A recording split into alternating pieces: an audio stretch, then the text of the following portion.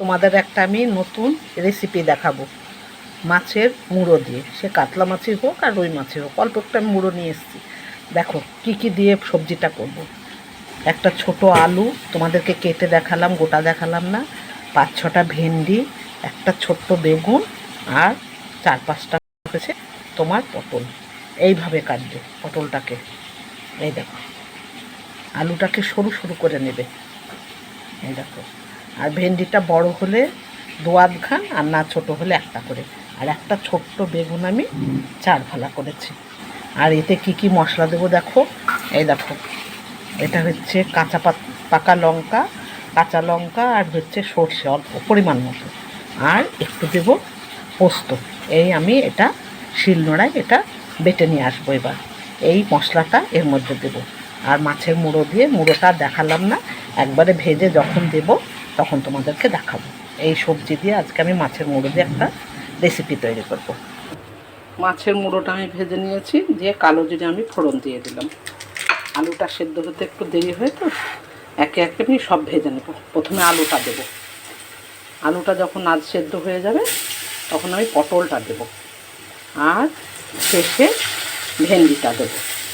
আর বেগুন একবারে ভাজবো না, আধ ভাজা করে পরে আমি তুলে রাখবো। প্রথমে আলুটাকে ভেজে নিই।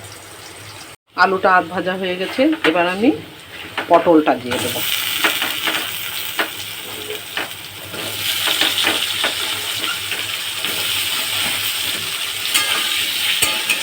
এবার ঢাকা দিয়ে আমি পটলটাকেও ভেজে নেব। আমি ভেজে তুলে নিয়েছি। এই যে 4 পিস মুড়ো, আর আমার এখানে সর্ষে পোস্তটা বাটা হয়ে গেছে। হয়েছে কিনা আরেকটু ভাজা হবে। আমি এখন এখানে লবণ হলুদ কিচ্ছু ব্যবহার করিনি। ভাজার পর এটা আমি লবণ হলুদ ব্যবহার করব। আরেকটু পটলটা লাল লাল করে ভাজা হোক, একটু ব্রাউন কালারের আসুক, তারপরে আমি ভেন্ডিটা দিয়ে দেব। পটলটা প্রায় ভাজা হয়ে গেছে, এবার আমি ভেন্ডিটা আর বেগুনটা দিয়ে বেগুনটাকে আমি তুলে নেব। ভেন্ডিটা থাকবে, কারণ বেগুন গলে গলে ভালো লাগে না। এই দেখো, দিয়ে দিলাম। আর 2 কাঁচা লঙ্কা, পাকা কাঁচা লঙ্কা এই দুটো দিয়ে দিলাম। এইবার আমি নুন হলুদ পরিমাণ মতো দিয়ে দেবো। পরিমাণ মতো লবণ দিয়ে দিলাম, পরিমাণ মতো হলুদ দিয়ে দিলাম। এইবার আমি আবার ঢাকা দেব। ঢাকা দিয়ে রান্না করলে কি হয় বলো তো, জিনিসটা সেদ্ধ হয় ভালো। আমার সব সবজিগুলো প্রায় সেদ্ধ হয়ে গেছে। এবার আমি সরষে আর পোস্ত বাটাটা দিয়ে দেবো। বেগুনগুলো আমি একটু তুলে নিই, না হলে বেগুনগুলো একবারে গলে যাচ্ছে।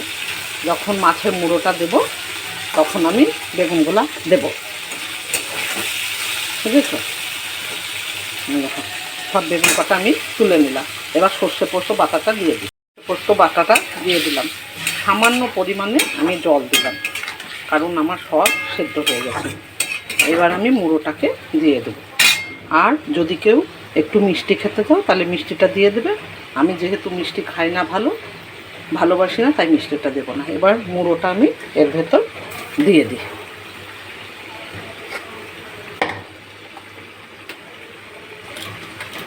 তাহলে এর সঙ্গে মুড়োটা মিশে যাবে। এবার আমি ঢাকাটা দিয়ে দেবো।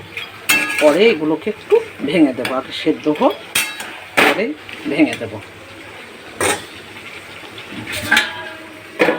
ঢাকা দিয়ে দিলাম।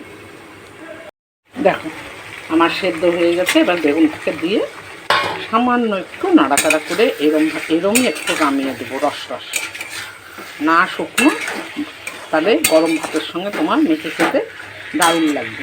তোমরা একবার করে দেখবে, যদি ভালো লেগে থাকে করে খেয়ে দেখবে, তাহলে আমাকে একটু কমেন্টে জানিয়ে। আমার রেসিপিটা রেডি। এবার আমি ঢেলে নেব।